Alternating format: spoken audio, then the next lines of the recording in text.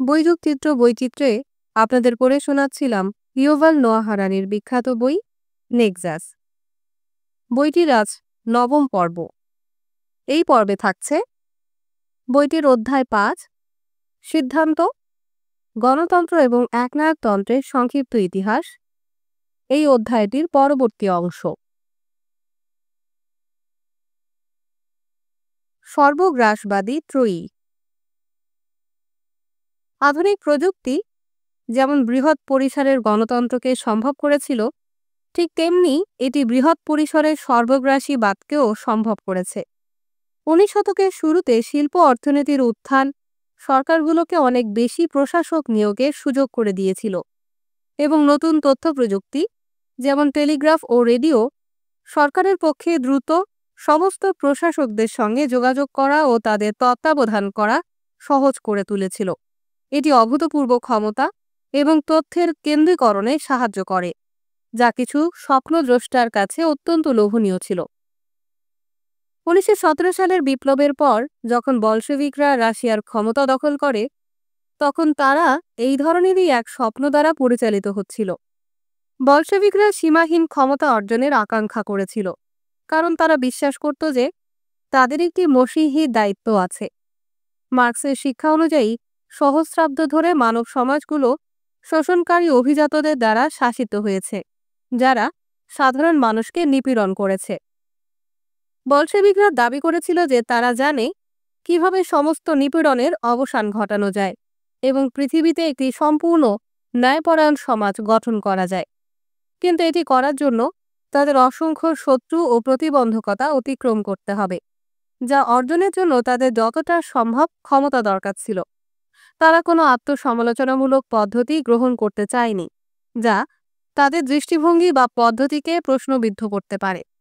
Catholic গির্জার মতোই Bolshevik party বিশ্বাস করত যে তার সদস্যরা ভুল করতে পারে, কিন্তু পার্টি নিজে সর্বদাই সঠিক। নিজেদের অযোগ্যতা সম্পর্কে এই বিশ্বাস বলশেভিকদের রাশিয়ায় উদীয়মান গণতান্ত্রিক প্রতিষ্ঠানগুলো যেমন নির্বাচন, স্বাধীন আদালত, মুক্ত সংবাদ মাধ্যম এবং বিরোধী দল ধ্বংস করতে পরিচালিত করে এবং একদলীয় সর্বগ্রাসী শাসন ব্যবস্থা তৈরি করে। বলশেভিক সর্বগ্রাসিতা স্তালিনের সঙ্গে শুরু হয়নি। এটি বিপ্লবের প্রথম দিন থেকেই সুস্পষ্ট ছিল। এটি পার্টির অসম্পূর্ণতার নীতির ফল ছিল, স্তালিনের ব্যক্তিত্বের কারণে নয়। ১৯৩০ ও ১৯৪০-এর দশকে স্তালিন তার এই উত্তরাধিকার সূত্রে পাওয়া এই সর্বগ্রাসী ব্যবস্থাকে নিখুঁত করেছিলেন। স্তালিনবাদী নেটওয়ার্ক ৩টি প্রধান শাখা নিয়ে গঠিত ছিল। প্রথমত, রাষ্ট্রের প্রশাসনিক কাঠামো ছিল, যা মন্ত্রণালয়, আঞ্চলিক প্রশাসন এবং নিয়মিত লাল বাহিনীর ইউনিট নিয়ে গঠিত ছিল। ১৯৩৯ সালে এটির মধ্যে ১.৬ মিলিয়ন বেসামরিক কর্মকর্তা এবং ১.৯ মিলিয়ন সৈনিক অন্তর্ভুক্ত ছিল। দ্বিতীয়ত, সোভিয়েত ইউনিয়নের কমিউনিস্ট পার্টির কাঠামো ছিল এবং এর সর্বব্যাপী পার্টি সেলগুলো, যেখানে ১৯৩৯ সালে ২.৪ মিলিয়ন পার্টি সদস্য ছিল। তৃতীয়ত, গোপন পুলিশ ছিল, যা প্রথমে চেকা নামে পরিচিত ছিল এবং স্তালিনের সময়ে ওজিপিইউ, এনকেভিডি এবং এমজিবি নামে পরিচিত ছিল। স্তালিনের মৃত্যুর পর এটি কেজিবিতে রূপান্তরিত হয় এবং এর পরবর্তী সংস্থা ১৯৯৫ সাল থেকে এফএসবি নামে পরিচিত হয়। ১৯৩৭ সালে এনকেভিডির ২,৭০,০০০ এজেন্ট এবং লক্ষ লক্ষ গুপ্তচর ছিল। ৩টি শাখাই সমান্তরালভাবে কাজ করত। যেমন গণতন্ত্রের অস্তিত্ব টিকিয়ে রাখতে স্বনিয়ন্ত্রিত যন্ত্রপাতির প্রয়োজন হয় যাতে একে অপরকে নিয়ন্ত্রণে রাখা যায়, তেমনি আধুনিক সর্বগ্রাসীবাদ শাসন ব্যবস্থাও এমন নজরদারির ব্যবস্থা তৈরি করেছিল যা একে অপরকে নিয়ন্ত্রণ করত। সোভিয়েত প্রদেশের গভর্নরকে সবসময় স্থানীয় পার্টি কমিশনারের নজরদারিতে থাকতে হতো এবং তাদের কেউই জানত না যে তাদের কর্মীদের মধ্যে কে এনকেভিডির গুপ্তচর ছিল। এই ব্যবস্থার কার্যকারিতা প্রমাণিত হয়েছিল কারণ আধুনিক সর্বগ্রাসবাদী শাসন ব্যবস্থা মূলত প্রাদেশিক অধস্তনদের দ্বারা বিদ্রোহপূর্ব আধুনিক একনায়কতন্ত্র বহু বছরের সমস্যায় প্রায় সমাধান করে ফেলেছিল। যদিও সোভিয়েত ইউনিয়নে অভ্যন্তরীণ ষড়যন্ত্র ছিল, তবে কোনো প্রদেশের গভর্নর বা লাল ফৌজের সামরিক কমান্ডার কখনো কেন্দ্রীয় সরকারের বিরুদ্ধে বিদ্রোহ করেনি। এই কৃতিত্বের বেশিরভাগই গোপন পুলিশ বাহিনীর প্রাপ্য, যারা কেবল সাধারণ জনগণের উপরই নয়, প্রাদেশিক প্রশাসক, পার্টি সদস্য ও লাল ফৌজের ওপরও কড়া নজরদারি করত। ইতিহাসের বেশিরভাগ শাসন ব্যবস্থায় সেনাবাহিনীর রাজনৈতিক ক্ষমতার মূল চালিকা শক্তি ছিল, কিন্তু 20 শতকের সর্বগ্রাসবাদী শাসন ব্যবস্থায় নিয়মিত সেনাবাহিনী অনেকাংশেই তার প্রভাব হারিয়ে ফেলেছিল গোপন পুলিশ বাহিনীর কাছে, যারা তথ্য সেনা হিসেবে পরিচিত। সোভিয়েত ইউনিয়নে চেকা, ওজিপিইউ, এনকেভিডি ও কেজিবি লাল ফৌজের মতো সামরিক শক্তি না থাকলেও ক্রেমলিনে তাদের প্রভাব ছিল বেশি, এবং তারা সেনাবাহিনীর উচ্চপদস্থ কর্মকর্তাদেরও আতঙ্কিত করে তুলতে এবং নিধন করতে পারত। পূর্ব জার্মানির স্টাসি ও রোমানিয়ার সেকুরিটেট একইভাবে তাদের দেশের নিয়মিত সেনাবাহিনীর চেয়ে শক্তিশালী ছিল। নাজি জার্মানিতে পার্টির নিজস্ব বাহিনী এসএস ছিল সশস্ত্র বাহিনী ওয়েহার মাখটের চেয়েও বেশি ক্ষমতাশালী, এবং এসএস প্রধান হেইনরিখ হিমলার ছিলেন ওয়েহার মাখটের প্রধান উচ্চপদস্থ কমান্ডার উইলহেলম কেইটেলের চেয়েও বেশি প্রভাবশালী। এর কোনো ক্ষেত্রেই গোপন পুলিশ বাহিনী নিয়মিত সেনাবাহিনীকে ঐতিহ্যবাহী যুদ্ধে পরাজিত করতে পারত না। তাদের ক্ষমতার মূল ভিত্তি ছিল তথ্যের ওপর নিয়ন্ত্রণ। তাদের কাছে এমন তথ্য ছিল যা সামরিক অভ্যুত্থানকে রুখে দিতে পারত, এবং ট্যাঙ্ক ব্রিগেডের বা যুদ্ধবিমান স্কোয়াড্রনের কমান্ডারদের ধরে ফেলার ক্ষমতা ছিল। তারা আগেই বুঝতে পারত কি ঘটতে যাচ্ছে। 1930-এর দশকের শেষের দিকে স্তালিনের শুদ্ধিকরণের নামে বলশয় মহাতঙ্কের সময় 1,44,000 লাল ফৌজ অফিসারের মধ্যে প্রায় 10% গুলি করে হত্যা করা হয় বা কারাবন্দী করা হয়। এর মধ্যে 186 জন বিভাগীয় কমান্ডারের মধ্যে 154 জনকে অর্থাৎ 83%কে হত্যা বা কারাবন্দী করা হয়েছিল। 9 জন অ্যাডমিরালের মধ্যে 8 জনকে অর্থাৎ 89%কে, 15 জন পূর্ণ জেনারেলের মধ্যে 13 জনকে অর্থাৎ 87%কে, এবং 5 জন মার্শালের মধ্যে 3 জনকে অর্থাৎ 60%কে। পার্টির নেতৃত্বেও একইভাবে ক্ষতির সম্মুখীন হয়েছিল। প্রাচীন বলশেভিকদের মধ্যে 1917 সালের বিপ্লবের আগে যারা পার্টিতে যোগ দিয়েছিল তাদের প্রায় 1/3 ওই মহাতঙ্ক থেকে বাঁচতে পারেননি। 1919 থেকে 1938 সালের মধ্যে যারা পলিট ব্যুরোর সদস্য হিসেবে দায়িত্ব পালন করেছিল তাদের মধ্যে 14 জনকে গুলি করে হত্যা করা হয়েছিল, অর্থাৎ 42%। 1934 সালে পার্টির সেন্ট্রাল কমিটির 139 জন সদস্য ও প্রার্থী সদস্যের মধ্যে 98 জনকে অর্থাৎ 70%কে গুলি করা হয়েছিল। 1934 সালে সপ্তদশ পার্টি কংগ্রেসে অংশ নেওয়া প্রতিনিধিদের মধ্যে কেবল 2%ই 1939 সালের অষ্টাদশ পার্টি কংগ্রেসে উপস্থিত ছিলেন। বাকিরা হয় মৃত্যুদণ্ডপ্রাপ্ত, কারাবন্দী, বহিষ্কৃত অথবা পদাবনত হয়েছিলেন। গোপন পুলিশ, যারা সব নিধন এবং হত্যাকাণ্ড পরিচালনা করত, তারাই নিজেদের মধ্যে বিভক্ত ছিল বিভিন্ন প্রতিদ্বন্দ্বী শাখায়, যারা একে অপরকে কঠোরভাবে নজরদারি করত এবং নিধন করত। এনকেভিডির প্রধান জেনরিখ ইয়াগোদা, যিনি মহাতঙ্কের সূচনা পরিচালনা করেছিলেন এবং শত সহস্র মানুষের হত্যাকাণ্ডের তত্ত্বাবধান করেছিলেন, তাকে 1938 সালে ফাঁসি দেয়া হয় এবং তার স্থলাভিষিক্ত হন নিকোলাই ইয়েজভ। ইয়েজভ 2 বছর দায়িত্ব পালন করেন, যার মধ্যে তিনি কয়েক মিলিয়ন মানুষকে হত্যা ও বন্দী করেন, এবং শেষমেশ 1940 সালে তাকেও ফাঁসি দেয়া হয়।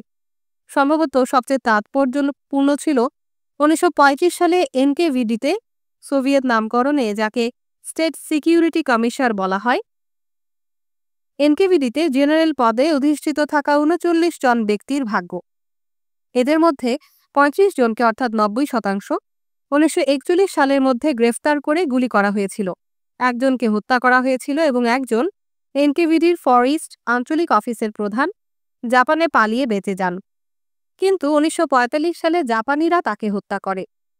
39 জন এনকেভিডি জেনারেলের মূল দলে থেকে দ্বিতীয় বিশ্বযুদ্ধের শেষে মাত্র 2 জনই জীবিত ছিলেন, তবে নিস্তার পাননি তারাও।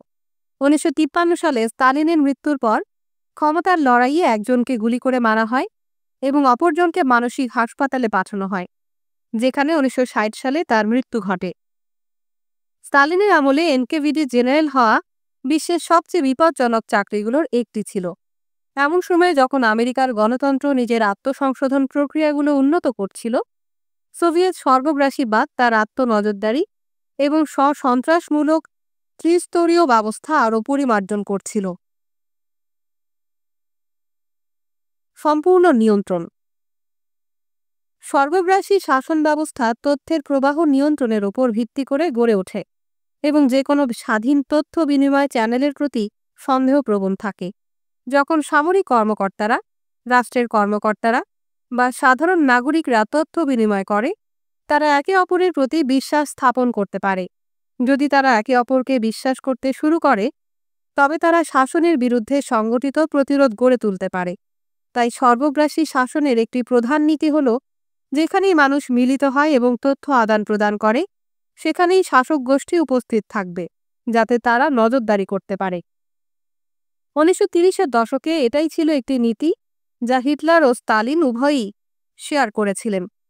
31 মার্চ 1933 সাল হিটলার চ্যান্সেলর হওয়ার 2 মাস পর নাৎজিরা সমন্বয় আইন পাশ করে। এতে উল্লেখ করা হয় যে 30 এপ্রিল 1933 সালের মধ্যে জার্মানির সব রাজনৈতিক, সামাজিক ও সাংস্কৃতিক সংগঠন, মহানগর থেকে ফুটবল ক্লাব এবং স্থানীয় গায়ক দল পর্যন্ত নাৎজি রাষ্ট্রের অঙ্গ হিসেবে নাৎজি মতাদর্শ অনুযায়ী পরিচালিত হতে হবে। এটি জার্মানির প্রতিটি শহর ও গ্রামের জীবনকে ওলটপালট করে দিয়েছিল। উদাহরণস্বরূপ, আলপাইনের ছোট্ট গ্রাম ওবার্সডর্ফে গণতান্ত্রিকভাবে নির্বাচিত পৌরসভা সর্বশেষবারের মতো 21 এপ্রিল 1933 সালে বৈঠক করে এবং 3 দিন পরে এটি নির্বাচিত নাৎজি পরিষদ দ্বারা প্রতিস্থাপিত হয় এবং একজন নাৎজি মেয়র নিযুক্ত করা হয়। যেহেতু নাৎজিরা দাবি করেছিল যে তারা একমাত্র জনগণের প্রকৃত ইচ্ছা জানে, তাই নাৎজি ছাড়া কে আর জনগণের ইচ্ছা বাস্তবায়ন করতে পারত? ওবার্সডর্ফে প্রায় 50টি সমিতি ও ক্লাব ছিল, একটি মৌমাছি পালন সমিতি থেকে একটি পর্বতারোহী ক্লাব পর্যন্ত। তাদের সবাইকে সমন্বয় আইন মান্য করতে হয়েছিল। তাদের ভোট, সদস্যপদ ও সংবিধানগুলো নাৎজি দাবির সঙ্গে খাপ খাইয়ে নিতে হয়েছিল। স্বস্তিকা পতাকা উত্তোলন করতে হয়েছিল এবং প্রতিটি সভা শেষে নাৎজি পার্টির জাতীয় সঙ্গীত হর্স্ট ওয়েসেল গান গাইতে হয়েছিল। 6 এপ্রিল 1933 সাল ওবারস্টর্ফ মৎস্য সমিতি তাদের পদ থেকে ইহুদিদের নিষিদ্ধ করেছিল। তাদের মধ্যে 32 জন সদস্যের একজনও ইহুদি ছিল না, তবে তারা অনুভব করেছিল যে নতুন শাসনের কাছে নিজেদের আর্য পরিচয় প্রমাণ করতে হবে। স্তালিনের ইউএসএসআর-এ অবস্থা ছিল আরও চরম, যেখানে নাৎজিরা এখনও গির্জা সংস্থা ও ব্যক্তিগত ব্যবসার কিছুটা স্বাধীনতা বজায় রাখার অনুমতি দিয়েছিল, সেখানে সোভিয়েতরা কোনো ছাড় দেয়নি। 1928 সালের প্রথম 5 বছরের পরিকল্পনা চালু হওয়ার সঙ্গে সঙ্গে প্রত্যেক পাড়া এবং গ্রামে সরকারি কর্মকর্তা, দলীয় কর্মী ও গোপন পুলিশ তথ্যদাতা ছিল এবং তারা জীবনের প্রতিটি ক্ষেত্র নিয়ন্ত্রণ করত।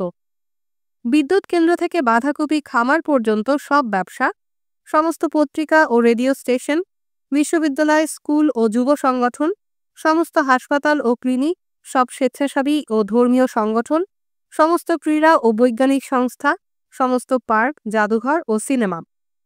যখন একটি ডজন লোক ফুটবল খেলার জন্যে, জঙ্গলে হাঁটার জন্য বা কিছু দাতব্য কাজ করার জন্য একত্রিত হতো, তখন দলীয় কর্মী ও গোপন পুলিশও সেখানে থাকত, স্থানীয় পার্টি সেল বা এনকেভিডি গোয়েন্দার মাধ্যমে। আধুনিক তথ্য প্রযুক্তির গতি এবং কার্যক্ষমতা এমন ছিল যে এই পার্টি সেল এবং এনকেভিডি গোয়েন্দারা সবসময় মস্কোর কাছাকাছি থাকত, টেলিগ্রাম বা ফোন কলে যোগাযোগ করতে পারত। সন্দেহজনক ব্যক্তি ও কার্যকলাপ সম্পর্কে তথ্য একটি দেশব্যাপী কার্ড ক্যাটালগের মাধ্যমে সংরক্ষিত হতো। এই কার্ড ক্যাটালগগুলোকে কার্টোতেকি বলা হতো, যা কাজের রেকর্ড, পুলিশের ফাইল, বাসিন্দা কার্ড এবং অন্যান্য সামাজিক নিবন্ধনের ফর্ম থেকে প্রাপ্ত তথ্য ধারণ করত। 1930-এর দশকের মধ্যে এটি সোভিয়েত জনসংখ্যার ওপর নজরদারি ও নিয়ন্ত্রণের প্রধান প্রক্রিয়া হয়ে ওঠে। এই স্তালিনকে সোভিয়েত জীবনের পূর্ণাঙ্গ নিয়ন্ত্রণ গ্রহণের জন্য সম্ভব করে তোলে। এর একটি গুরুত্বপূর্ণ উদাহরণ ছিল সোভিয়েত কৃষিকাজ সমবায়ীকরণের প্রচারণা। শতাব্দী ধরে বিশাল জার সাম্রাজ্যের হাজার হাজার গ্রামের অর্থনৈতিক, সামাজিক ও ব্যক্তিগত জীবন পরিচালিত হতো কয়েকটি ঐতিহ্যবাহী প্রতিষ্ঠানের মাধ্যমে। স্থানীয় সম্প্রদায়, গির্জা, ব্যক্তিগত খামার, স্থানীয় বাজার ও সর্বোপরি পরিবার। 1920-এর দশকের মাঝামাঝি সময়ে সোভিয়েত ইউনিয়নে তখন একটি প্রচণ্ড কৃষিভিত্তিক অর্থনীতি ছিল। মোট জনসংখ্যার প্রায় 82% গ্রামে বসবাস করত এবং কর্মশক্তির 83% কৃষিকাজে নিযুক্ত ছিল। কিন্তু যদি প্রতিটি কৃষক পরিবার নিজের সিদ্ধান্ত নিত যে কি চাষ করবে, কি কিনবে এবং তাদের পণ্যের জন্য কত দাম নেবে, তাহলে এটি মস্কোর কর্মকর্তাদের সামাজিক ও অর্থনৈতিক কর্মকাণ্ড পরিকল্পনা ও নিয়ন্ত্রণ করার ক্ষমতাকে ব্যাপকভাবে সীমিত করত। যদি কর্মকর্তারা একটি বড় কৃষি সংস্কারের সিদ্ধান্ত নেন কিন্তু কৃষক পরিবারগুলো সেটি প্রত্যাখ্যান করেন, তাহলে কি হবে? তাই 1928 সালে যখন সোভিয়েতরা সোভিয়েত ইউনিয়নের উন্নয়নের জন্য প্রথম 5 বছরের পরিকল্পনা তৈরি করে, তখন সবচেয়ে গুরুত্বপূর্ণ ছিল কৃষি সমবায়ীকরণ। ধারণাটি ছিল যে প্রতিটি গ্রামে সব পরিবার একটি কলখোস অর্থাৎ সমবায় খামারে যোগ দেবে। তারা তাদের সমস্ত সম্পত্তি, ভূমি, বাড়ি, ঘোড়া, গরু, কোদাল, খুরপি কলখোজের হাতে তুলে দেবে। তারা একসঙ্গে কলখোজের জন্য কাজ করবে এবং পরিবর্তে কলখোজ তাদের সব চাহিদা পূরণ করবে, বাসস্থান, শিক্ষা থেকে খাদ্য ও স্বাস্থ্যসেবা পর্যন্ত। কলখোজও মস্কোর আদেশ অনুযায়ী সিদ্ধান্ত নেবে তারা বাঁধাকপি বা শালগম চাষ করবে কিনা, ট্রাক্টর বা স্কুলে বিনিয়োগ করবে কিনা এবং কে দুগ্ধ খামার, ট্যানারি ও ক্লিনিকে কাজ করবে। ফলাফল হবে মস্কোর চিন্তাবিদদের মতে মানব ইতিহাসের প্রথম সম্পূর্ণ ন্যায়সঙ্গত ও সাম্য সমাজ প্রতিষ্ঠা। তারা তাদের প্রস্তাবিত ব্যবস্থার অর্থনৈতিক সুবিধাগুলোর প্রতি একইভাবে বিশ্বাসী ছিল এবং মনে করেছিল যে কলখোজ বড় পরিসরে কাজ করার কারণে অর্থনৈতিকভাবে লাভবান হবে। উদাহরণস্বরূপ, যখন প্রত্যেক কৃষক পরিবারের কাছে সামান্য জমি ছিল, তখন সেই জমি চাষের জন্য ট্রাক্টর কেনার কোনো মানে ছিল না এবং যাই হোক না কেন বেশিরভাগ পরিবার একটি ট্রাক্টর কেনার সামর্থ্যও রাখত না। একবার সমস্ত জমি যৌথভাবে অধিকারী হলে আধুনিক যন্ত্রপাতি ব্যবহার করে এটিকে অনেক বেশি দক্ষতার সঙ্গে চাষ করা সম্ভব হবে। এছাড়াও কলখোজকে আধুনিক বিজ্ঞানের জ্ঞান থেকেও লাভবান হওয়ার কথা ছিল। প্রতিটি কৃষক উৎপাদন পদ্ধতি নিয়ে প্রাচীন ঐতিহ্য বা ভিত্তিহীন কুসংস্কারের ওপর নির্ভর করে যে সিদ্ধান্ত নিত, তবে তা বন্ধ হবে এবং এক্ষেত্রে Lenin All Union Academy of Agricultural সায়েন্সেসের মতো প্রতিষ্ঠানের বিশ্ববিদ্যালয় ডিগ্রিধারী রাষ্ট্রের বিশেষজ্ঞরা গুরুত্বপূর্ণ সিদ্ধান্ত দিবেন। মস্কোর পরিকল্পনাকারীদের কাছে এটি দুর্দান্ত শোনাচ্ছিল। তারা আশা করেছিল যে 1931 সালের মধ্যে কৃষি উৎপাদনে 50% বৃদ্ধি পাবে এবং যদি এর মাধ্যমে পুরনো গ্রামের শ্রেণীভেদ ও অসমতা ধ্বংস হয়ে যায় তাহলে তা আরও ভালো। তবে অধিকাংশ কৃষকের কাছে এটি ভয়াবহ শোনাত। তারা মস্কোর পরিকল্পনাকারীদের কিংবা নতুন কলখোজ ব্যবস্থাকে বিশ্বাস করত না। তারা তাদের পুরনো জীবনধারা কিংবা ব্যক্তিগত সম্পত্তি ছেড়ে দিতে চায়নি। গ্রামবাসীরা তাদের গরু এবং ঘোড়া জবাই করে ফেলেছিল কলখোজে হস্তান্তর করার পরিবর্তে। তাদের কাজের অনুপ্রেরণা কমে গিয়েছিল। যে জমি তাদের নিজস্ব পরিবারের ছিল তা চাষ করার ক্ষেত্রে তারা যে মনোযোগ দিত তা তারা কলখোজের যৌথ জমিতে দিত না। নীরব প্রতিরোধ সর্বত্রই ছিল, যা কখনো কখনো সহিংস সংঘর্ষে পরিণত হতো। সোভিয়েত পরিকল্পনাকারীরা 1931 সালের 98 মিলিয়ন টন শস্য সংগ্রহের আশা করেছিলেন, কিন্তু সরকারি তথ্য অনুযায়ী উৎপাদন ছিল মাত্র 69 মিলিয়ন টন এবং বাস্তবে হয়তো তা ছিল মাত্র 57 মিলিয়ন টনের মতো। 1932 সালের ফসল উৎপাদনও আরও কমে গিয়েছিল। রাষ্ট্র তীব্র ক্ষোভের সঙ্গে প্রতিক্রিয়া দেখিয়েছিল। 1929 থেকে 1936 সালের মধ্যে খাদ্য বাজেয়াপ্তকরণ, সরকারি অবহেলা ও মনুষ্যসৃষ্ট দুর্ভিক্ষ, যা প্রাকৃতিক দুর্যোগের কারণে নয় এবং সরকারি নীতির ফলে ঘটে, প্রায় 4.5 থেকে 8.5 মিলিয়ন মানুষের জীবন কেড়ে নিয়েছিল। অধিকন্তু লক্ষ লক্ষ কৃষককে রাষ্ট্রের শত্রু ঘোষণা করে নির্বাসিত বা বন্দী করা হয়েছিল। কৃষক জীবনের সবচেয়ে মৌলিক প্রতিষ্ঠানগুলো, পরিবার, গির্জা, স্থানীয় সমাজ আতঙ্কিত করা এবং ভেঙে দেওয়া হয়েছিল। ন্যায় বিচার, সমতা ও জনগণের ইচ্ছার নামে সমবায়ীকরণের অভিযান তার পথে দাঁড়ানো সবকিছুকে ধ্বংস করে দিয়েছিল। শুধু 1930 সালে প্রথম 2 মাসে 6 কোটিরও বেশি কৃষককে 1 লাখটিরও বেশি গ্রামে সমবায় খামারে অন্তর্ভুক্ত করা হয়েছিল। 1929 সালের জুন মাসে সোভিয়েত কৃষক পরিবারের মাত্র 4% সমবায় খামারের অংশ ছিল। 1930 সালের মার্চ মাসের মধ্যে এই সংখ্যা বেড়ে 57% পৌঁছেছিল। 1937 সালের এপ্রিলের মধ্যে গ্রামের 97% পরিবারকে 2,35,000 সোভিয়েত সমবায় খামারে অন্তর্ভুক্ত করা হয়েছিল। মাত্র 7 বছরের মধ্যে শতাব্দীকাল ধরে চলমান জীবনধারা মস্কোর কতিপয় সর্বগ্রাসী আমলার চিন্তা দ্বারা সম্পূর্ণভাবে বদলে গিয়েছিল। কুলাক্স। সোভিয়েত সমবায়ীকরণের ইতিহাসের একটু গভীরে অনুসন্ধান করা সার্থক হয়, কারণ এটিতে একটি বড় মাপের ট্র্যাজেডির চিত্র ফুটে ওঠে, যা মানব ইতিহাসের আগে ঘটে যাওয়া বিপর্যয়গুলোর সঙ্গে কিছুটা সাদৃশ্যপূর্ণ। যেমন ইউরোপীয় ডাইনি শিকারের প্রতি উন্মাদনা, এবং একই সঙ্গে এটি একবিংশ শতাব্দীর প্রযুক্তি এবং তথাকথিত বৈজ্ঞানিক তথ্যের অন্ধবিশ্বাসের দ্বারা সৃষ্ট কিছু বড় বিপদেরও পূর্বাভাস দেয়। যখন কৃষি সমবায়ীকরণে তাদের প্রচেষ্টা বাধার সম্মুখীন হয় এবং এর ফলে অর্থনৈতিক বিপর্যয় দেখা দেয়, তখন মস্কোর আমলারা এবং অতিকথকরা ক্রেমারের হ্যামার অফ দ্য উইচেস থেকে একটি অধ্যায় তাদের কার্যকলাপে যুক্ত করেছিল।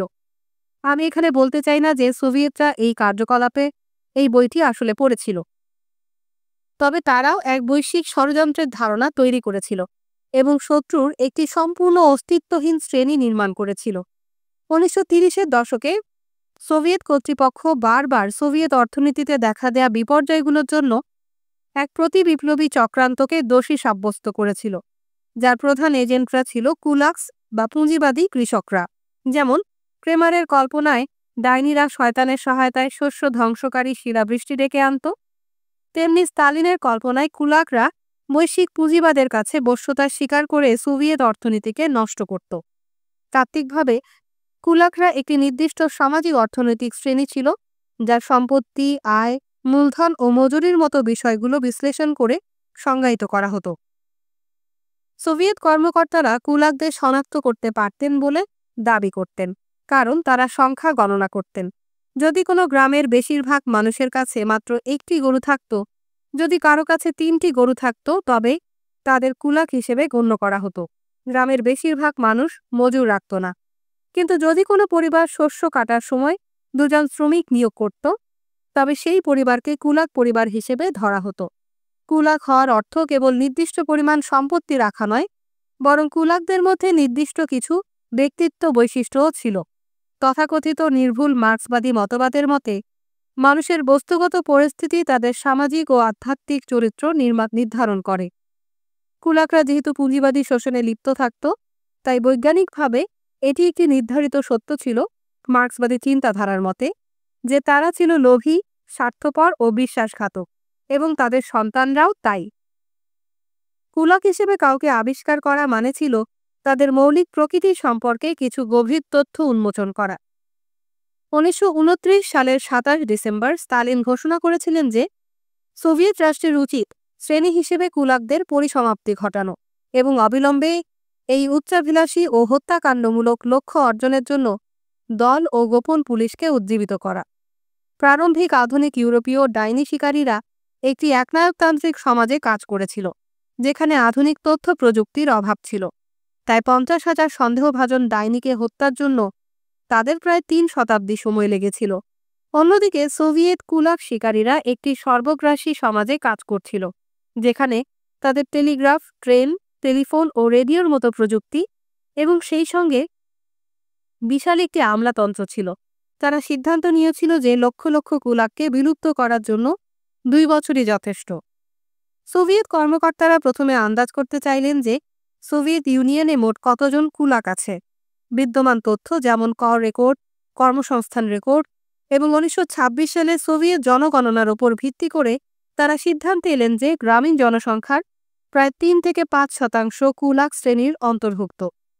1930 সালের 30 জানুয়ারি স্তালিনের ভাষণের 1 মাস পর পলিট ব্যুরো একটি আদেশ জারি করল, যা তার অস্পষ্ট ভাবনাকে অনেক বেশি সুস্পষ্ট কর্মপরিকল্পনায় রূপান্তর করল। এই আদেশে প্রতিটি প্রধান কৃষি অঞ্চলে কুলাকদের বিলুপ্তির জন্য নির্দিষ্ট লক্ষ্যমাত্রা অন্তর্ভুক্ত ছিল। আঞ্চলিক কর্তৃপক্ষ যখন তাদের নিজস্ব হিসাব অনুযায়ী আওতাধীন প্রতিটি জেলার জন্য কুলাকদের সংখ্যা নির্ধারণ করল। পরিশেষে গ্রামীণ সোভিয়েতদের উপর নির্দিষ্ট কোটা বরাদ্দ করা হলো। গ্রামীণ সোভিয়েত মানে হচ্ছে স্থানীয় প্রশাসনিক একক, সাধারণত কয়েকটি গ্রাম নিয়ে গঠিত। প্রায়ই স্থানীয় কর্মকর্তারা উদ্দাম দেখাতে সংখ্যাগুলো বাড়িয়ে দেয়। প্রতিটি গ্রামীণ সোভিয়েতকে তাদের আওতাধীন গ্রামগুলো থেকে কুলাক পরিবারগুলোকে শনাক্ত করতে হয়েছিল। এসব মানুষদের বাড়িঘর থেকে উচ্ছেদ করা হয় এবং তাদের প্রশাসনিক শ্রেণী অনুযায়ী অন্য কোথাও পুনর্বাসিত করা হয়, বন্দি শিবিরে অন্তর্ভুক্ত করা হয় অথবা মৃত্যুদণ্ডে দণ্ডিত করা হয়। সোভিয়েত কর্মকর্তারা কিভাবে ঠিক করতেন কারা কুলাক?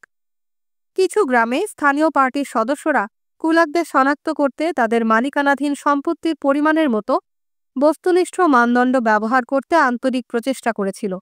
প্রায়ই এটি সবচেয়ে পরিশ্রমী ও দক্ষ কৃষকরা হতো, যারা কুলাক হিসেবে কলঙ্কিত ও বিতাড়িত হতো। কিছু গ্রামে স্থানীয় কমিউনিস্টরা এই সুযোগটাকে ব্যক্তিগত শত্রুদের সরিয়ে দেওয়ার কাজে ব্যবহার করত।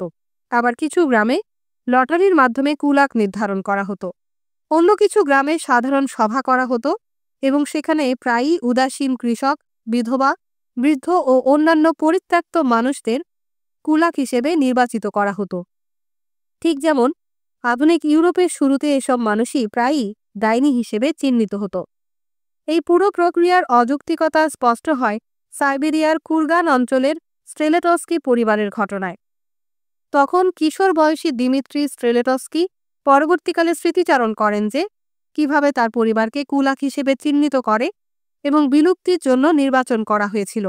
তিনি বলেন, আমাদের গ্রাম সোভিয়েতের চেয়ারম্যান সেরকভ, যে আমাদের বিতাড়িত করেছিল, বলেছিল আমার কাজে পার্টি কমিটি জেলা অফিস থেকে 17টি কুলাক পরিবারকে বিতরণের আদেশ এসেছে।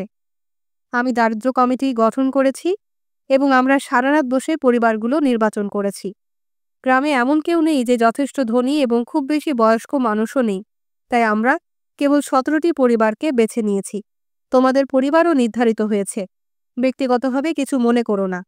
আমি আর কি করতে পারতাম? কেউ যদি এই প্রক্রিয়ার অযৌক্তিকতার বিরুদ্ধে কথা বলতো, তবে তাকে অবিলম্বে কুলাক ও প্রতিবিপ্লবী হিসেবে চিহ্নিত করা হতো এবং তাকেও শেষ করা হতো। 1933 সালের মধ্যে প্রায় 50 লক্ষ কুলাককে তাদের বাড়ি থেকে উচ্ছেদ করা হয়েছিল।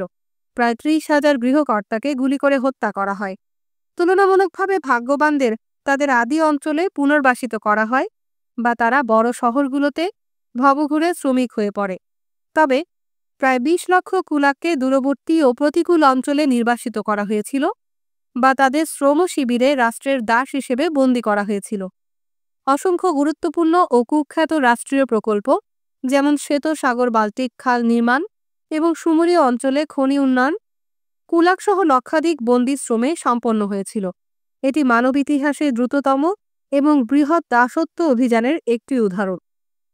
একবার কুলাক হিসেবে চিহ্নিত হওয়ার পর সেই কলঙ্ক থেকে মুক্ত হওয়া প্রায় অসম্ভব ছিল।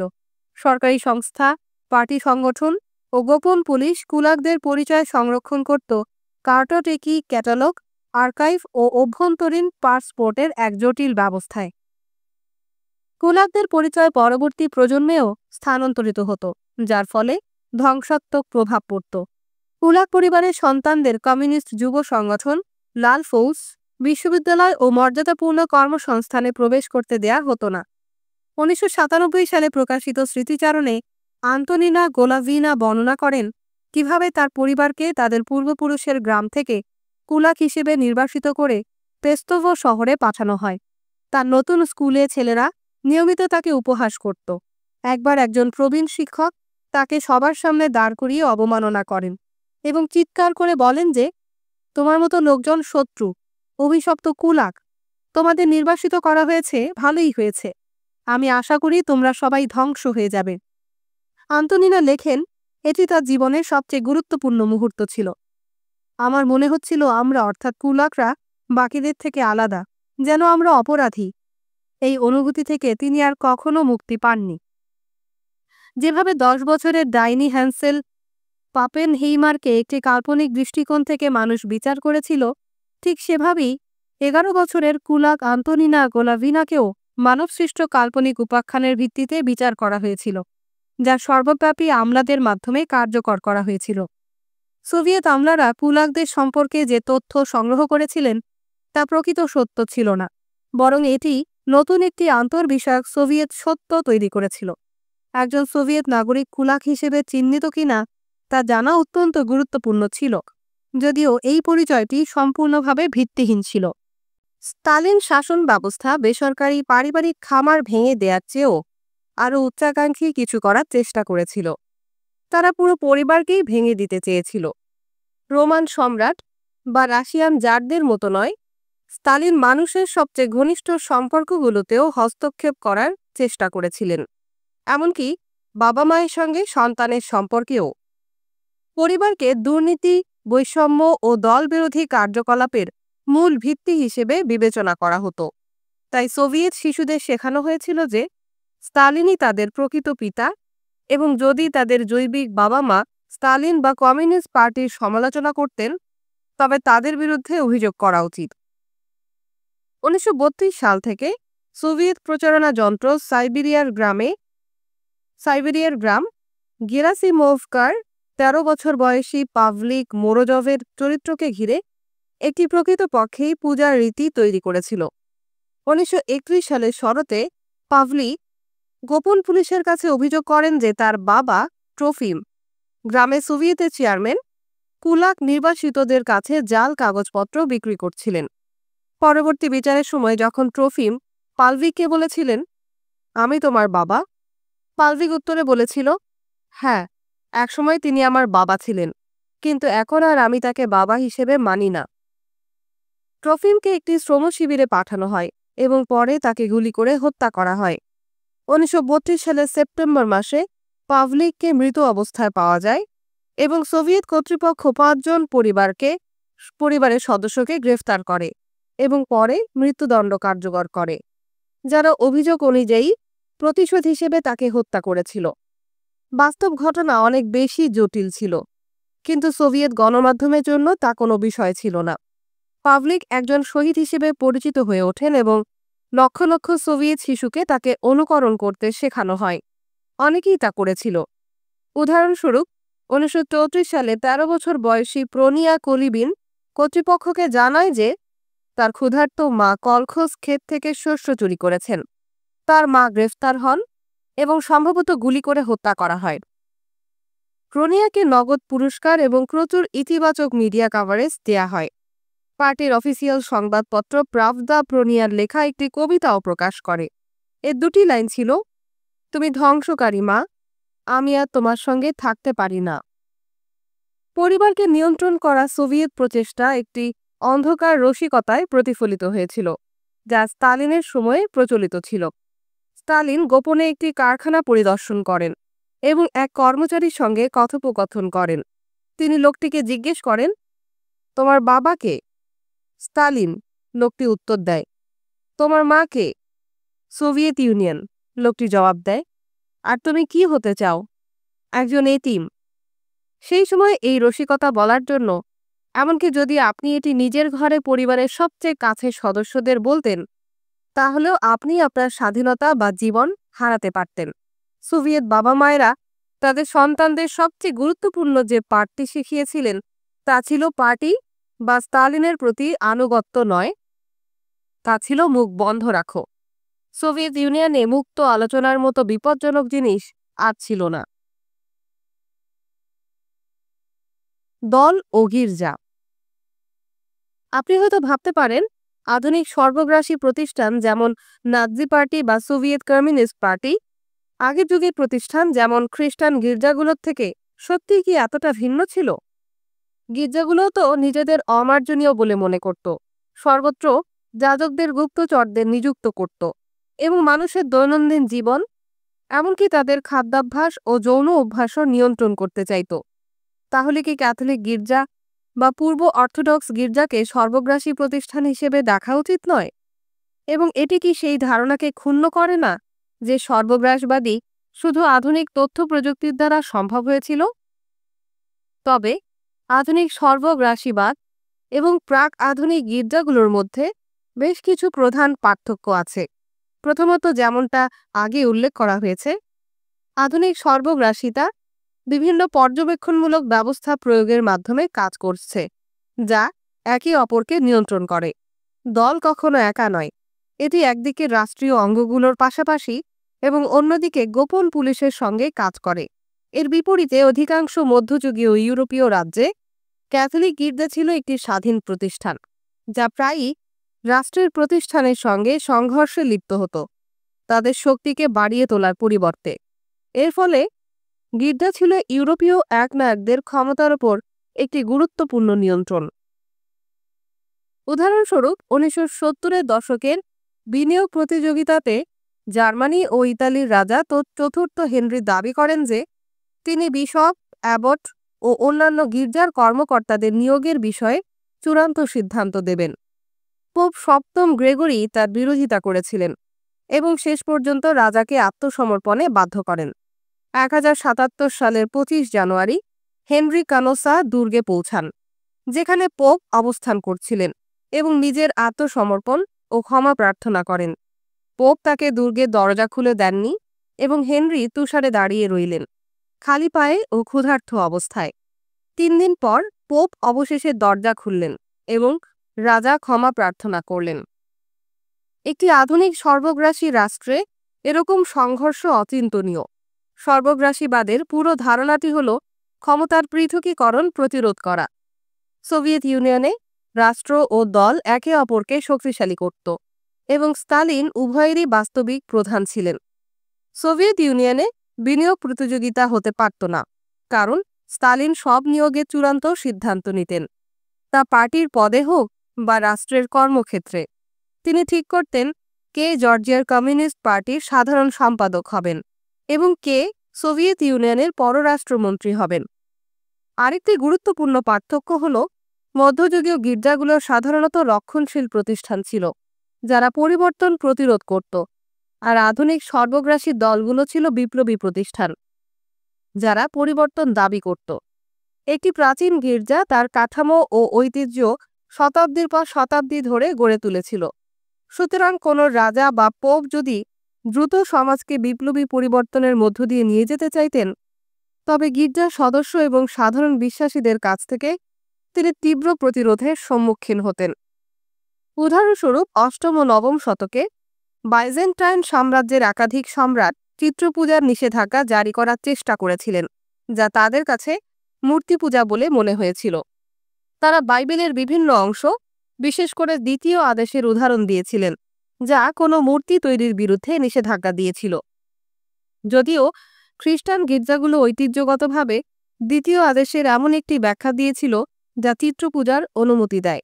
সম্রাট পঞ্চম কনস্টাইনের মতো কিছু সম্রাট যুক্তি দিয়েছিলেন যে এটি একটি ভুল ছিল এবং ইসলামী সেনাবাহিনীর হাতে খ্রিস্টানদের পরাজয় ঈশ্বরের ক্রোধের ফল ছিল, যা চিত্রপূজার জন্যই হয়েছে।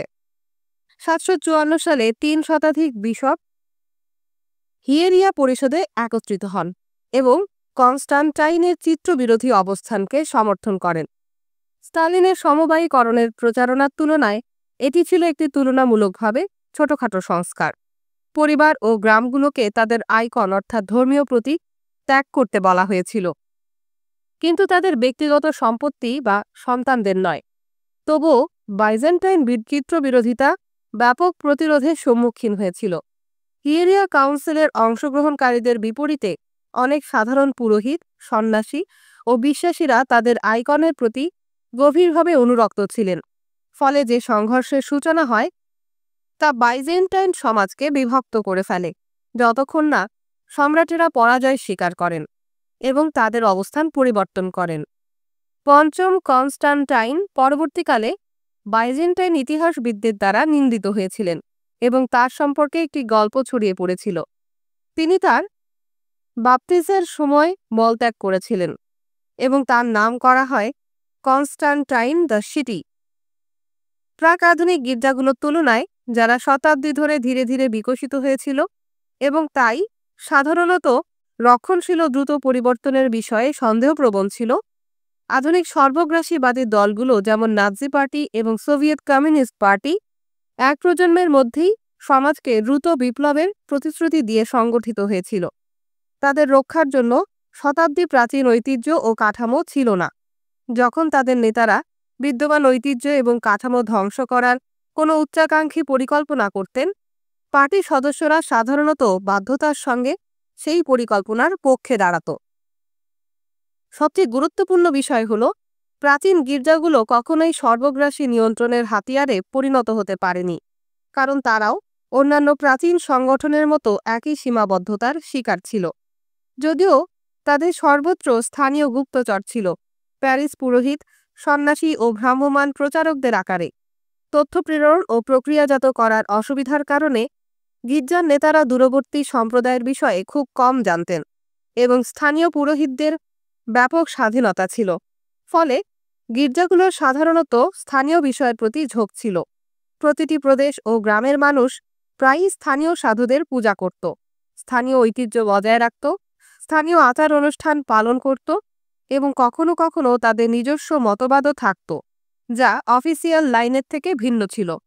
যদি রোমের পোপ কোনো স্বাধীনচেতা পুরোহিত সম্পর্কে কিছু করতে চাইতেন, তাকে গণেজনর আর্চবিশপের কাছে চিঠি পাঠাতে হতো, যে সংশ্লিষ্ট বিশপকে নির্দেশ দিত এবং সেই বিশপ আবার ওই প্যারিসে কাউকে পাঠাতেন হস্তক্ষেপ করতে। এতে মাসের পর মাস লেগে যেত এবং বিশপ ও অন্যান্য মধ্যস্থতাকারীদের কাছে পোপের আদেশকে পুনর্ব্যাখ্যা বা ভুলে যাওয়ার পর্যাপ্ত সুযোগ ছিল। গির্জাগুলো আধুনিক যুগের শেষের দিকে আরও সর্বগ্রাসী প্রতিষ্ঠানে পরিণত হয়েছিল কেবল তখনই যখন আধুনিক তথ্য প্রযুক্তি তাদের হাতে আসে। আমরা পোপদের প্রাচীন যুগের অবশেষ বলে মনে করি, কিন্তু বাস্তবে তারা আধুনিক প্রযুক্তির একজন গুরু। অষ্টাদশ শতকে পোপের বিশ্বব্যাপী ক্যাথলিক গির্জার উপর খুব কম নিয়ন্ত্রণ ছিল এবং তাকে স্থানীয় ইতালীয় এক রাজপুত্রের মর্যাদায় নামিয়ে আনা হয়েছিল, যিনি বোলোনিয়া বা ফেরারার নিয়ন্ত্রণের জন্য অন্যান্য ইতালীয় শক্তির সঙ্গে লড়াই করছিলেন। রেডিওর আবির্ভাবের সঙ্গে সঙ্গে পোপ পৃথিবীর সবচেয়ে ক্ষমতাবান ব্যক্তিদের একজন হয়ে ওঠেন। পোপ জন পল দ্বিতীয় ভ্যাটিকানে বসে পোল্যান্ড থেকে ফিলিপাইন পর্যন্ত লক্ষ লক্ষ ক্যাথলিকদের সঙ্গে সরাসরি কথা বলতে পারতেন, যেখানে কোনো বিশপ বা প্যারিশ পুরোহিত তার কথা বিকৃত করতে বা লুকাতে পারত না। তথ্য কিভাবে প্রবাহিত হয়? তথ্য প্রবাহের প্রক্রিয়াকে পর্যবেক্ষণ করলে বোঝা যায় আধুনিক যুগের নতুন তথ্য প্রযুক্তি বড় আকারের গণতন্ত্র এবং বড় আকারের সর্বগ্রাসীবাদ উত্থানে সহায়ক হয়েছে। কিন্তু এই দুটি ব্যবস্থায় তথ্য প্রযুক্তির ব্যবহারগত পার্থক্য অত্যন্ত গুরুত্বপূর্ণ ছিল। আগেই উল্লেখ করা হয়েছে, গণতন্ত্র তথ্যকে বিভিন্ন স্বাধীন চ্যানেলের মাধ্যমে প্রবাহিত হতে উৎসাহিত করে এবং কেন্দ্রীয় নিয়ন্ত্রণের পরিবর্তে অনেক স্বাধীন একককে তথ্য প্রক্রিয়াজাত করার এবং সিদ্ধান্ত নেয়ার সুযোগ দেয়। তথ্য স্বাধীনভাবে বেসরকারি ব্যবসা, বেসরকারি মিডিয়া, পৌরসভা, ক্রীড়া সংগঠন, দাতব্য সংস্থা, পরিবার ও ব্যক্তির মধ্যে প্রবাহিত হতে পারে, যা কখনোই সরকারি মন্ত্রীর কার্যালয়ের মধ্য দিয়ে যেতে হয় না। অন্যদিকে সর্বগ্রাসীবাদ চায় যে সমস্ত তথ্য কেন্দ্রীয় সংযোগের মধ্য দিয়ে প্রবাহিত হোক এবং কোনো স্বাধীন প্রতিষ্ঠান নিজে সিদ্ধান্ত না নিক। এটা ঠিক যে সর্বগ্রাসীবাদের রয়েছে ত্রিস্তরীয় ব্যবস্থা: সরকার, দল ও গোপন পুলিশ। কিন্তু এই সমান্তরাল ব্যবস্থার মূল লক্ষ্য হল কেন্দ্রীয় ক্ষমতাকে চ্যালেঞ্জ করার মতো কোনো স্বাধীন শক্তি গড়ে ওঠা রোধ করা। যখন সরকারি কর্মকর্তা, দলের সদস্য ও গোপন পুলিশ একে অপরের ওপর নজর রাখে, তখন কেন্দ্রের বিরোধিতা করা অত্যন্ত বিপজ্জনক হয়ে ওঠে। তথ্য প্রবাহের নেটওয়ার্ক হিসেবে গণতন্ত্র এবং সর্বগ্রাসীবাদের নিজস্ব সুবিধা ও অসুবিধা আছে। কেন্দ্রীভূত সর্বগ্রাসীবাদের নেটওয়ার্কের সবচেয়ে বড় সুবিধা হলো এটি অত্যন্ত শৃঙ্খলাপূর্ণ, যা দ্রুত সিদ্ধান্ত নেয়া এবং কঠোরভাবে প্রয়োগ করার ক্ষমতা প্রদান করে, বিশেষ করে যুদ্ধ বা মহামারীর মতো জরুরি পরিস্থিতিতে। কেন্দ্রীয় নেটওয়ার্কগুলো বিক্ষিপ্ত নেটওয়ার্কগুলোর তুলনায় অনেক দ্রুত ও দীর্ঘমেয়াদে কাজ করতে পারে। তবে অতিরিক্তভাবে কেন্দ্রীভূত তথ্য নেটওয়ার্কগুলো বড় কিছু সমস্যার শিকার হয়। যেহেতু তারা সরকারি চ্যানেল ছাড়া অন্য কোনোভাবে তথ্য প্রবাহিত হতে দেয় না, তাই যদি সরকারি চ্যানেলগুলো কোনোভাবে বাধাগ্রস্ত হয়, তাহলে তথ্য অন্য কোনো বিকল্প মাধ্যমে প্রবাহিত হতে পারে না। আর প্রায়ই সরকারি চ্যানেলগুলো বিভিন্ন কারণে বাধাপ্রাপ্ত হয়। অফিসিয়াল চ্যানেলগুলো বাধাপ্রাপ্ত হওয়ার একটি সাধারণ কারণ হল ভীতিপ্রবণ অধস্তনরা তাদের ঊর্ধ্বতনদের কাছ থেকে খারাপ খবর লুকিয়ে রাখে। প্রথম বিশ্বযুদ্ধের সময় অস্ট্রো-হাঙ্গেরীয় সাম্রাজ্যের ওপর লেখা একটি ব্যঙ্গাত্মক উপন্যাস গুড সোলজার সোভেস, সেখানে লেখক জারোস্লাভ হাসেক বর্ণনা করেছেন কিভাবে অস্ট্রিয়ান কর্তৃপক্ষ সাধারণ মানুষের মধ্যে মনোবল কমে যাওয়া নিয়ে চিন্তিত ছিল। তারা স্থানীয় পুলিশ স্টেশনগুলোকে গুপ্তচর নিয়োগের আদেশ দেয় এবং জনগণের আনুগত্যের বিষয়ে রিপোর্ট সংগ্রহের নির্দেশ দেয়। যতটা সম্ভব বৈজ্ঞানিক হওয়ার জন্য সদর দফতর একটি অনন্য আনুগত্যের গ্রেড ব্যবস্থা তৈরি করে। IA, IB, IC, IIA IIB, IIC, IIIA, IIIB, IIIC, IVA, IVB, IVC. তারা স্থানীয় পুলিশ স্টেশনগুলোকে প্রতিদিন এই গ্রেডের তথ্য পূরণ করার আদেশ দেয়। দেশের পুলিশ সার্জেন্টরা নিষ্ঠার সঙ্গে এই ফর্ম পূরণ করে সদর দফতরে পাঠায়। সবসময় তারা আইএএস স্তরের মনোবলের কথা জানায়, কারণ অন্য কিছু রিপোর্ট করা ছিল ভৎসনা, পদাবনতি অথবা তার থেকেও খারাপ কিছুকে আমন্ত্রণ করা। সরকারি চ্যানেলগুলো তথ্য সরবরাহে ব্যর্থ হওয়ার আরেকটি সাধারণ কারণ হল শৃঙ্খলা রক্ষা।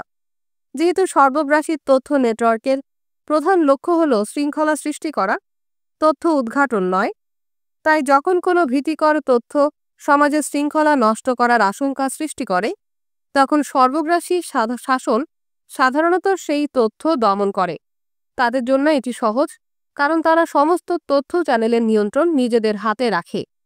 উদাহরণস্বরূপ ২৬ এপ্রিল ১৯৮৬ সালে যখন চেরনোবিল পারমাণবিক চুল্লি বিস্ফোরিত হয়, সোভিয়েত কর্তৃপক্ষ ঘটনাটি সম্পূর্ণভাবে গোপন রাখে। সোভিয়েত নাগরিক এবং বিদেশি দেশগুলোকে সেই বিপদের কোনো তথ্য দেয়া হয়নি, ফলে তারা রেডিয়েশন থেকে নিজেদের রক্ষার জন্য কোনো পদক্ষেপ নিতে পারেনি। চেরনোবিল ও নিকটবর্তী শহর প্রিপিয়াতের কিছু সোভিয়েত কর্মকর্তা কাছাকাছি জনসংখ্যার কেন্দ্রগুলো অবিলম্বে খালি করার অনুরোধ করেছিল। তখন তাদের ঊর্ধ্বতন কর্মকর্তাদের প্রধান উদ্বেগ ছিল ভীতিকর তথ্যের বিস্তার রোধ করা। ফলে তারা শুধু উদ্ধার কাজ বন্ধ করে দেননি, বরং ফোন লাইন কেটে দেন এবং পারমাণবিক কেন্দ্রে কর্মরতদের ঘটনাটি নিয়ে কথা না বলার নির্দেশ দেন। ঘটনার দুদিন পরে সুইডিশ বিজ্ঞানীরা লক্ষ্য করেন যে সুইডেনে চেরনোবিল থেকে ১২০০ কিলোমিটার দূরে রেডিয়েশনের মাত্রা অস্বাভাবিকভাবে বেশি। পশ্চিমা সরকার এবং সংবাদ মাধ্যম খবরটি প্রকাশ করার পরেই সোভিয়েতরা স্বীকার করে যে কিছু ভুল হয়েছে। তবে তারপরও তারা নিজেদের নাগরিকদের কাছে বিপর্যয়ের প্রকৃত আকার লুকিয়ে রাখে এবং বিদেশ থেকে পরামর্শ ও সহায়তা চাওয়ার ক্ষেত্রে দোদুল্যমান থাকে।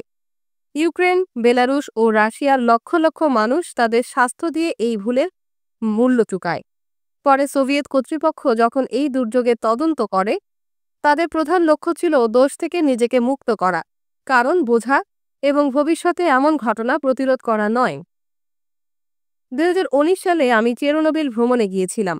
যে ইউক্রেনীয় গাইড আমাদেরকে সেই পারমাণবিক দুর্ঘটনার কারণ ব্যাখ্যা করছিলেন, তিনি একটি কথা বলেছিলেন যা আমাদের মনে গেঁথে গেছে।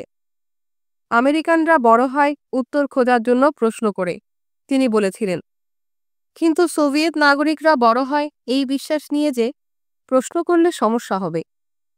স্বাভাবিকভাবেই গণতান্ত্রিক দেশের নেতারাও খারাপ খবর পেতে পছন্দ করেন না, কিন্তু একটি বিকেন্দ্রীকৃত গণতান্ত্রিক নেটওয়ার্কে যখন সরকারি যোগাযোগের লাইনগুলো বন্ধ হয়ে যায়, তখন তথ্য বিকল্প চ্যানেলগুলোর মাধ্যমে প্রবাহিত হয়।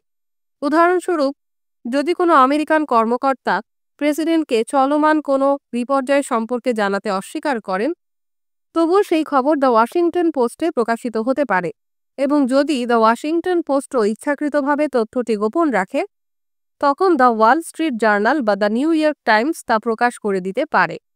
স্বাধীন গণমাধ্যমের ব্যবসায়িক মডেল, যা সর্বদা পরবর্তী বড় খবরের পেছনে ছুটছে, প্রায় নিশ্চিতভাবেই তথ্য প্রকাশ করে থাকে। যখন ২৮ মার্চ ১৯৭৯ সালে পেনসিলভানিয়ার ৩ মাইল দ্বীপ পারমাণবিক চুল্লিতে একটি মারাত্মক দুর্ঘটনা ঘটে, খবরটি কোনো আন্তর্জাতিক হস্তক্ষেপ ছাড়াই দ্রুত ছড়িয়ে পড়ে। দুর্ঘটনাটি রাত ৪টার দিকে শুরু হয় এবং ৬:৩০ এটা নজরে আসে। ৬:৫৬ দুর্ঘটনা কবলিত এলাকায় জরুরি অবস্থা ঘোষণা করা হয় এবং ৭:০২ দুর্ঘটনাটি পেনসিলভানিয়া জরুরি ব্যবস্থাপনা সংস্থায় রিপোর্ট করা হয়। পরবর্তী ১ ঘণ্টার মধ্যে পেনসিলভানিয়ার গভর্নর, লেফটেন্যান্ট গভর্নর এবং সিভিল ডিফেন্স কর্তৃপক্ষকে অবহিত করা হয়।